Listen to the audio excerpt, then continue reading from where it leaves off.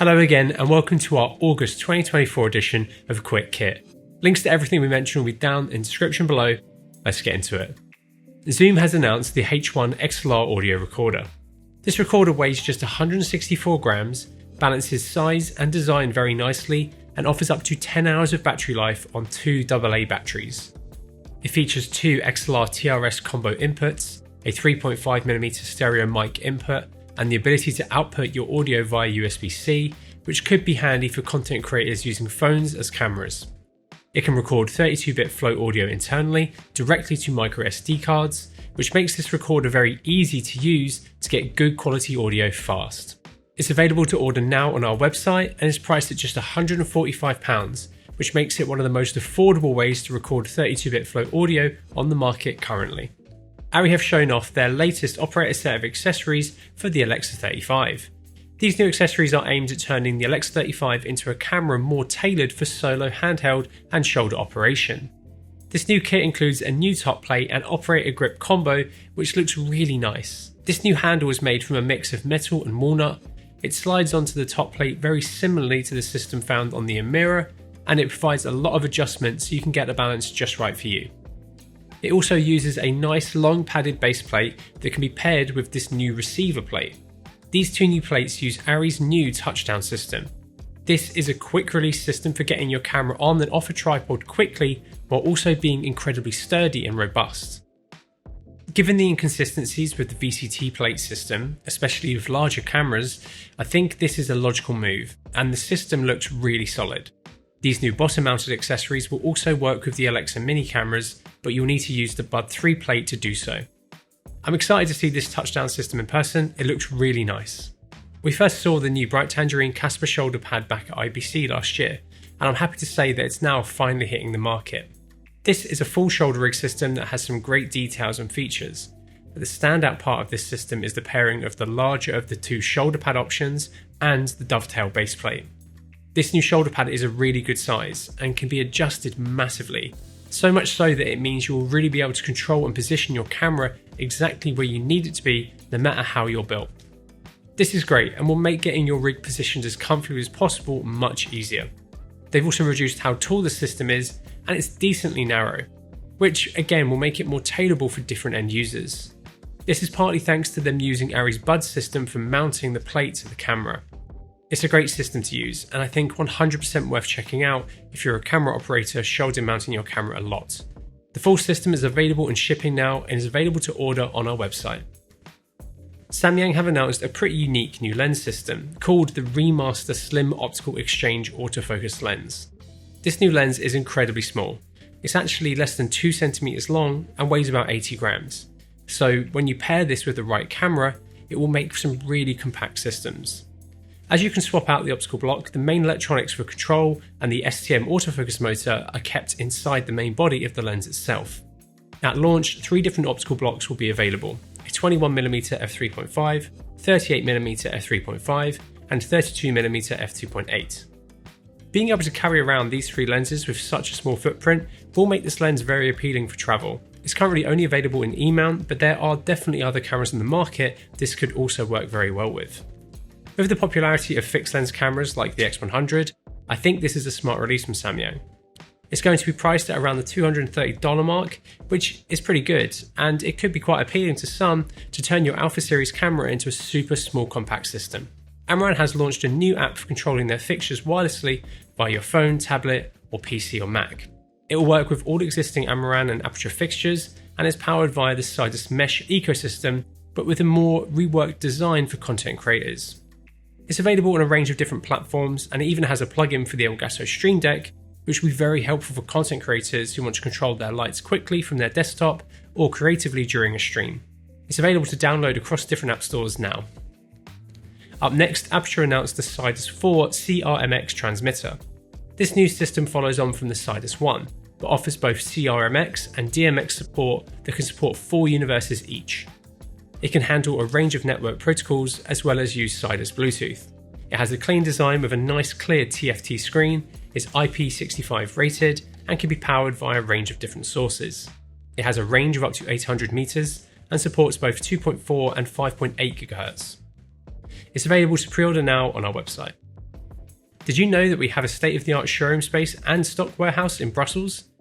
Well, here we stock a vast range of equipment ready for next day delivery across most of Europe. And our beautiful showroom is a great space to experience the latest filmmaking and video kit, attend a range of events and open days, and build your perfect kit with one of our experienced staff. To learn more, check out the link in the description below. Nanlite has announced a few new products this month, starting with the Evoke 5000B Bicolor Spotlight.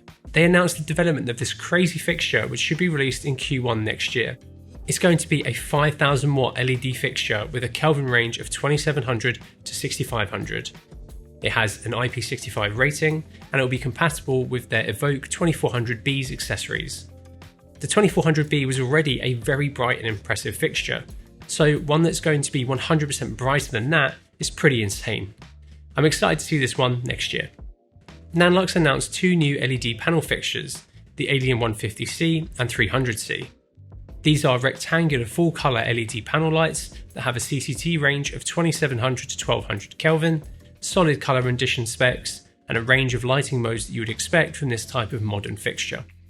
At 1 metre, the 300C has a claimed output of 28,630 lux when set to 5600 Kelvin, whereas the 150C is rated at 13,050 lux. They look like quite compact and lightweight fixtures given their size and output, and the panels themselves are IP55 rated.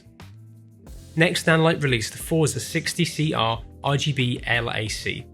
This is an 88 watt full colour RGB LAC LED spotlight fixture that is rated to output 12,810 lux at 1 metre at 5600 Kelvin.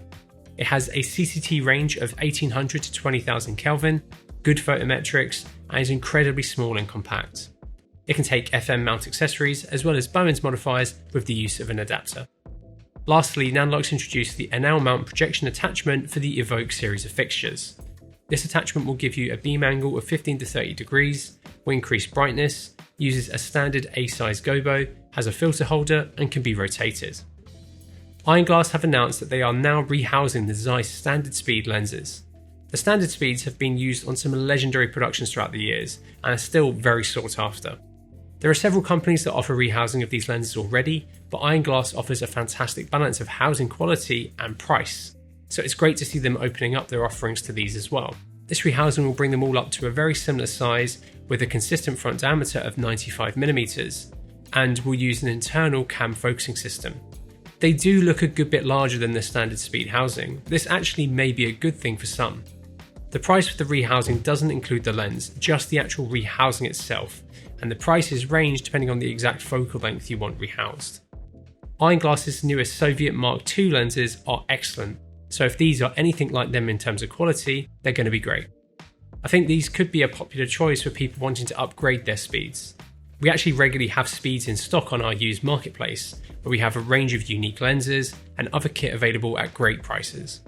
Sony has announced two new 1-inch 4K camcorders, the NX800 and Z200. We covered them in a video earlier this month, so if you want to learn more, check that out. Long story short though, they are both very similarly spec'd apart from the following that the Z200 has and the NX800 does not.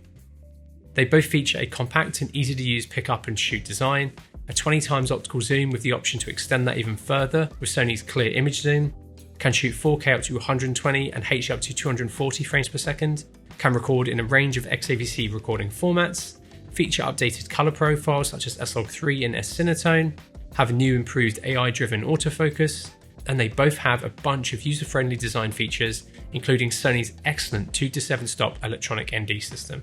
They're both available to pre-order now on our website, and if you want to learn more, check out our full video. Sony also released the 85mm f1.4 G Master 2, their latest E-mount prime lens. This is another product we looked at earlier this month, so again, if you want to learn more, check out the full video. This new lens builds on their previous 85mm f1.4, but refines it to be more in line with their modern camera systems and lenses. It features a declickable aperture ring, increased autofocus speed, less chromatic aberration, and reduced weight and size. It produces clean, sharp imagery for photography and video, partnering well with high megapixel Sony cameras and cinema line cameras alike. It's available to pre-order now on our website. If you haven't already, please subscribe to the channel, and if you want to buy anything you see in this video or any other filmmaking or photography gear, head over to cvp.com where our experienced team is waiting to help you. Blackmagic have released version 1.2 for their camera app for Android. This adds support for a few new phones and addresses a range of bugs and issues that people had found.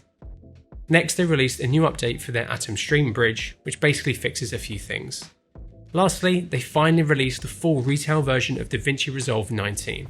This update brings over 100 new features, which includes some seriously awesome additions, with one of the biggest being the range of neural engine tools. Honestly, there's just too many new features to list. Both the studio and free versions are available to download now on Blackmagic's site, link to which is in the description. Mutiny has released a bunch of new products. First off are the little shorty cheese plate for the original Komodo and Komodo X, and a brass version of their X side plate for the Komodo X. Next is the ProLank RS for Sony and Blackmagic cameras. This will work with a range of Sony and Blackmagic cameras that use Lank, and it will allow you to trigger the camera via Fizz or other system that has a compatible Fisher 3 RS cable. It looks decently compact and could be a good option for a range of configurations. Next is a new version of their bolt-on tally record button for Red DSM-C3 cameras, which uses the 9-pin EXT on the camera or pass-through plate to trigger the camera. It now lights up when you hit record, which would be a nice indication that you are actually recording.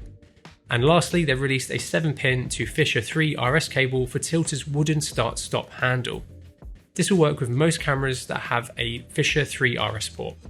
Right, let's get into our quick-fire honourable mentions. Links to details about these are in the description. Ambient have announced the Lockit mount, which is a mounting plate for their Lockit timecode generator, and a few new timecode and sync cables. Angelbird have announced 2 CF Express Type A cards, the 160 and 330 gig AV Pro SE. Apple has released Final Cut 10.8. Kane TV have announced the deluxe edition of their shock absorber arm for the Osmo Pocket 3.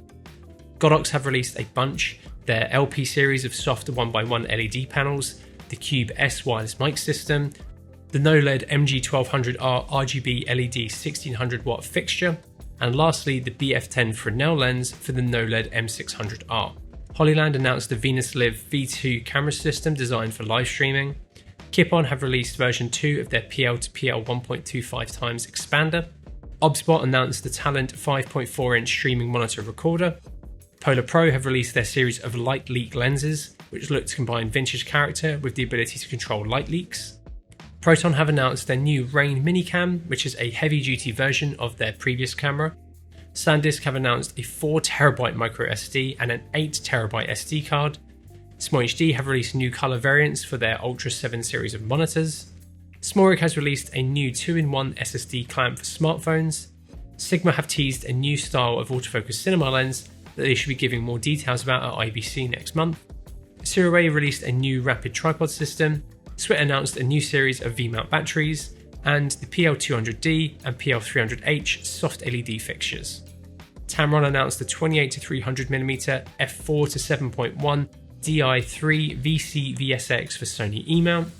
Teric released firmware 2.21 for the Serve 4K. Tilter have released 2 new tripod systems, the VT05 and BT03. And lastly, Wooden Camera have now opened up pre-orders for their Elite accessories for the Canon C400. If you enjoyed this, please make sure you subscribe ready for next month's quick kit, and let us know what kit you've picked up this month in the comments below. And thank you so much for watching.